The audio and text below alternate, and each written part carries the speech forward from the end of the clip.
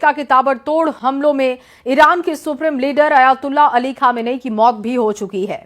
Khamenei की मौत ने मिडिल ईस्ट की आग को बेकाबू कर दिया। एक और इजराइल और अमेरिका ईरान में मिसाइल अटैक कर रहा है, वहीं ईरान भी जमकर अब पलटवार कर रहा है।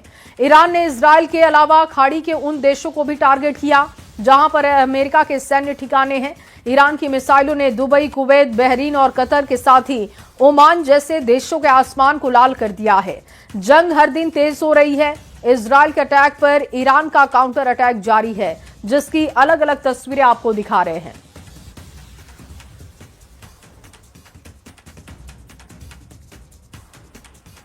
ये देखिए, तेहरान, लेबनान और बहरीन की तस्वीरें आप देख रहे हैं। अलग अलग जगहों पर इजराइल अटैक कर रहा है और अमेरिकी सैन्य ठिकानों को भी ईरान टारगेट कर रहा है, जिसकी वजह से सिर्फ और सिर्फ इस वक्त दुनिया भर के कई देशों में धुएं का गुब्बार दिखाई दे रहा है। अमेरिका के लिए खामेनेई को मारना आसान नहीं था, क्योंकि खामेनेई जमीन के अंदर बनाए गए एक ऐसे बंकर में रहते थे जहां तक पहुंचने में लिफ्ट को 5 मिनट से ज्यादा का वक्त लगता था। मतलब खामेनेई का बंकर जमीन के काफी नीचे मौजूद था और इसी वजह से उन्हें मार गिराना अमेरिका और इजराइल के लिए कोई आसान काम नहीं था।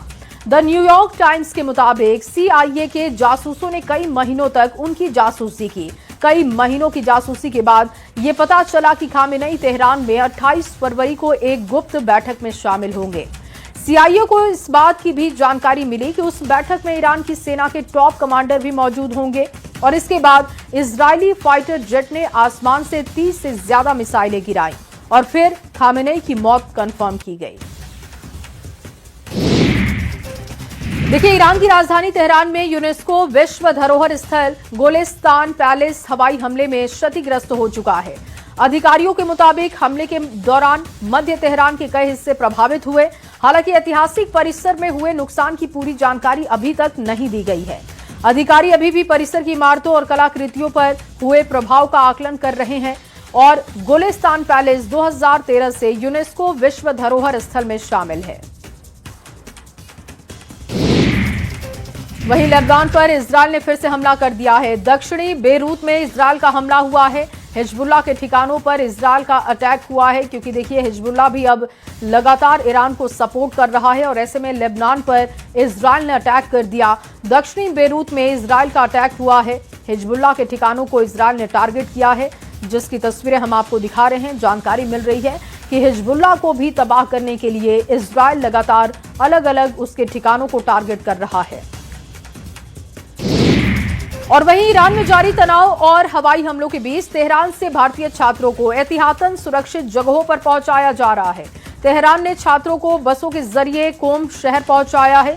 जम्मू कश्मीर स्टूडेंट एसोसिएशन ने पुष्टि की है कि तेहरान में मौजूद सभी भारतीय छात्र, जिनमें जम्मू कश्मीर के छात्र भी शामिल हैं, वो सभी सुरक्षित हैं। और देखिए, बड़ी खबर इस वक्त आपको देने जा रहे हैं। ईरान को लेकर नेतन्याहू का एक बयान सामने आया है। ईरान की वजह से मध्य पूर्व की 95% समस्याएं हैं। ईरान ने एटम के लिए भूमिगत बंकर तैयार किए हैं। ये नेतन्याहू का बयान आपको बता रहे हैं। ईरान को लेकर उनका बयान है और उन्होंने कहा कि ईरान की वजह से मध्य पूर्व की 95% समस्याएं हैं और ऐसे में ईरान को तोड़ना बहुत जरूरी है। ईरान ने एटम के लिए भूमिगत बंकर तैयार किए हैं, जिसकी वजह से लगातार समस्याएं पैदा हो रही हैं। और वहीं ट्रेड डील पर प्रधानमंत्री मोदी का भी बड़ा बयान सामने आ चुका है। बहुत सारे देशों के साथ फ्री ट्रेड एग्रीमेंट हुए हैं, इसकी जानकारी उन्होंने दी। अवसरों का बहुत बड़ा दरवाजा खुला है। हमारा एक मंत्र सिर्फ क्वालिटी होनी चाहिए, जिस पर भारत का फोकस है।